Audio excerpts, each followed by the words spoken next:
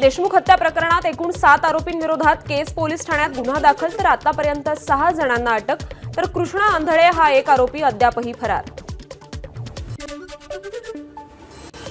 संतोष देशमुख हत्या प्रकरणात नांदेडमधून डॉक्टर संभाजी वायभसे, त्याची पत्नी आणि आणखी एकाला ताब्यात घेतलं. एसआयटी कडून तिघांची रात्री उशिरापर्यंत चौकशी. आरोपींना डॉक्टर वायभसेनं पैसे पुरवल्याचा संशय. सुदर्शन घुले हा केवळ प्यादव, मुख्य आरोपी वेगळेच. सुदर्शन घुलेच्या अटकेवर आमदार धस यांची प्रतिक्रिया. आकाला अटक करण्याची धस यांची मागणी. सुरेश धस यांचं बोलणं फडणवीसांच्या आदेशानं सुरू असणार. बीड प्रकरणावर संजय राऊतांचं वक्तव्य, तर खऱ्या गुन्हेगारापर्यंत पोहोचण्यासाठी बीडमध्ये सुरेश धस पुरेसे असल्याचंही वक्तव्य. बीड हत्या प्रकरणात आरोपींची मंत्र्यांकडे उठबस असल्याचे पुरावे, त्यामुळे या प्रकरणात मंत्र्यांचा संबंध आहे का याची चौकशी व्हावी. विजय वडेट्टीवार यांची मागणी. बीड प्रकरणात आतापर्यंत सगळ्या आरोपींना पुण्यातूनच कशी अटक झाली, सुप्रिया सुळेंचा सवाल. महाराष्ट्रात चाललंय काय, सुप्रिया सुळेंचा सवाल. आरोपीला अटक होण्यासाठी 26 दिवस का लागले, संदीप क्षीरसागर यांचा सवाल. तर याचा सूत्रधार वाल्मिक कराडच आहे, क्षीरसागर यांचा दावा. बीडमध्ये सत्तेची मस्ती जास्त झाली, धनंजय मुंडेंनी राजीनामा दिला पाहिजे, खासदार संजय जाधव यांची मागणी. उद्धव ठाकरे बीडमध्ये जाऊन संतोष देशमुख यांच्या कुटुंबियांची भेट घेणार, संजय राऊतांची माहिती. दरम्यान सांत्वनपर भेट असेल, त्याचं राजकारण करू नये, राऊतांचं आवाहन. सरपंच संतोष देशमुखांच्या मारेकऱ्यांना अटक करण्याच्या मागणीसाठी परभणीत मूक मोर्चाचं आयोजन. मनोज जरांगे सहभागी, सुरेश धस, ज्योती मेटेंसह परभणीतील स्थानिक नेतेही सहभागी होतील. आरोपीला शोधायला 26 दिवस का लागले, संतोष देशमुख यांचे भाऊ धनंजय देशमुख यांचा सवाल. पुण्यात आरोपींना आश्रय देणाऱ्यांना आणि मदत करणाऱ्यांनाही अटक करा, धनंजय देशमुखांची मागणी. जितेंद्र आव्हाड यांच्यावर वॉच ठेवून हिटलरशाही करण्यापेक्षा राज्य सरकारनं संतोष देशमुख हत्या प्रकरणातील मुख्य आरोपी सुदर्शन घुलेला अटक करावी, सचिन खरात यांची मागणी. राष्ट्रवादीची आज मुंबईत महत्वाची बैठक. पालकमंत्री पदाबाबत चर्चा होणार असल्याची माहिती. अजित पवार 2 जिल्ह्यांचं पालकमंत्रीपद घेण्याची शक्यता. पालकमंत्रीपदासाठी एवढी चर्चा होत असल्याचं पहिल्यांदाच पाहतेय, सुप्रिया सुळेंची टीका. छोटे छोटे ब्लॉक्स करून सरकार चालवणार का, सुप्रिया सुळेंचा सवाल. राजन साळवी कट्टर शिवसैनिक, ते आज मातोश्रीवर येत आहेत. त्यांच्याशी चर्चा करणार, नाराजी आणि पक्ष सोडणार असल्याच्या राजन साळवींबाबतच्या बातम्यांवर राऊतांची प्रतिक्रिया. भाजप प्रदेशाध्यक्ष चंद्रशेखर बावनकुळेंनी दिल्लीत घेतली अमित शहांची भेट. 12 जानेवारीच्या शिर्डीतल्या महाअधिवेशनाची शहांनी घेतली माहिती. राष्ट्रीय स्वयंसेवक संघाचं आता कुटुंब प्रबोधनावर लक्ष. स्वयंसेवक काही वर्षांपासून संपर्कात नसलेल्या कुटुंबांशी संपर्क प्रस्थापित करणार. 4 आणि 5 जानेवारीला कुटुंब प्रबोधनासाठी मध्य प्रदेशात अखिल भारतीय बैठक. कल्याणमधील 13 वर्षीय अल्पवयीन मुलीवरील अत्याचाराचं प्रकरण. आरोपी विशाल गवळी, त्याची पत्नी साक्षी गवळीला 15 दिवसांची न्यायालयीन कोठडी. पुढील सुनावणी 18 जानेवारीला होणार. कुर्ला बस अपघातातील चालक संजय मोरेच्या जामीन अर्जावर आज मुंबई सत्र न्यायालयाचा निकाल.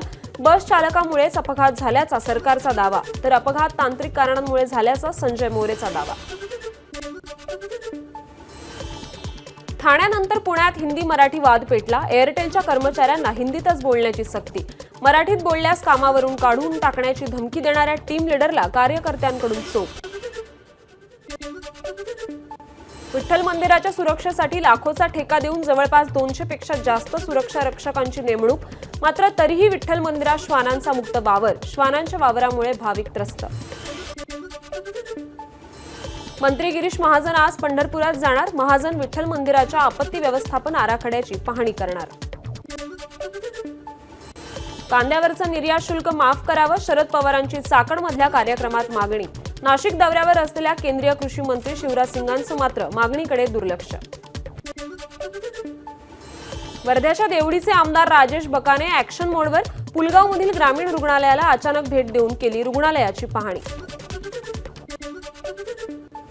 खासदार नारायण राणेंच्या नावाचा वापर करून अंधेरीत एका महिलेची फसवणूक. मुलीला वैद्यकीय महाविद्यालयात प्रवेश मिळवून देण्याच्या नावाखाली 45 लाख उकळल्याचा महिलेचा आरोप. गुन्हा दाखल.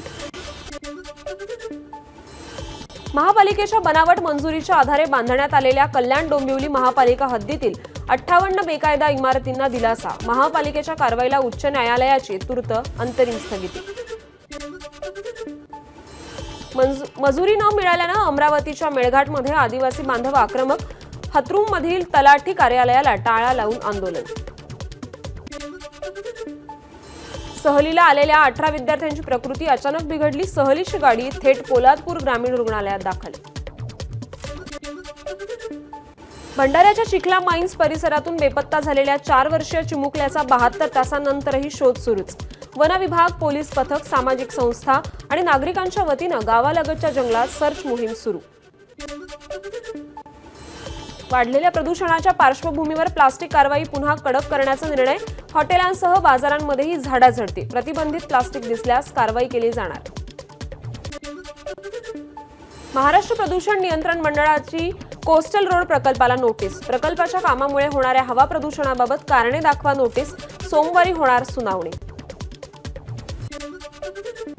उत्पन्न वाढीसाठी एसटी महामंडळाची अनोखी शक्कल. उद्दिष्टापेक्षा अतिरिक्त उत्पन्न देणाऱ्या चालक वाहकांना एसटी वाढीव उत्पन्नातून 20% प्रोत्साहन भत्ता देणार.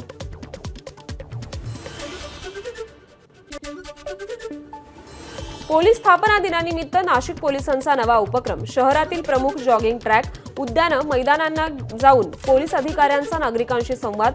नागरिकांच्या तक्रारी आणि समस्या जाणून घेतल्या. पु ल देशपांडे अकादमीच्या नूतनीकरणाचं काम लवकरात लवकर पूर्ण करून रवींद्र नाट्य मंदिर फेब्रुवारी अखेर खुलं करा. सांस्कृतिक कार्यमंत्री आशिष शेलार यांचे संबंधित अधिकाऱ्यांना निर्देश. यवतमाळच्या टिपेश्वरहून 500 किलोमीटरचा प्रवास करून बार्शी अभयारण्यात पोहोचलेल्या वाघाला सांगलीच्या चांदोली अभयारण्यात सोडणार. राज्य शासनानं स्थलांतरास मंजुरी दिल्यास सह्याद्रीच्या खोऱ्यात वाघ पाहुणचार घेणार. चंद्रपूर शहरालगतच्या नांदगाव खुल्या कोळसा खाणीत वाघाचा वावर. वन विभागानं वाघाचा तात्काळ बंदोबस्त करावा अशी कामगारांची मागणी. संत गजानन महाराजांच्या भक्तांची अमरावती ते शेगाव पायदळ वारी. विविध गावांच्या वेशीवर पालखीचं पूजन आणि सत्कार. वर्ध्यात शेतकऱ्यांना फवारणीच्या ड्रोनसाठी मिळणार 4 लाखांचं अनुदान. यासाठी महाडीबीटीवर अर्ज करावा लागणार. एबीपी माझा, उघडा डोळे बघा नीट.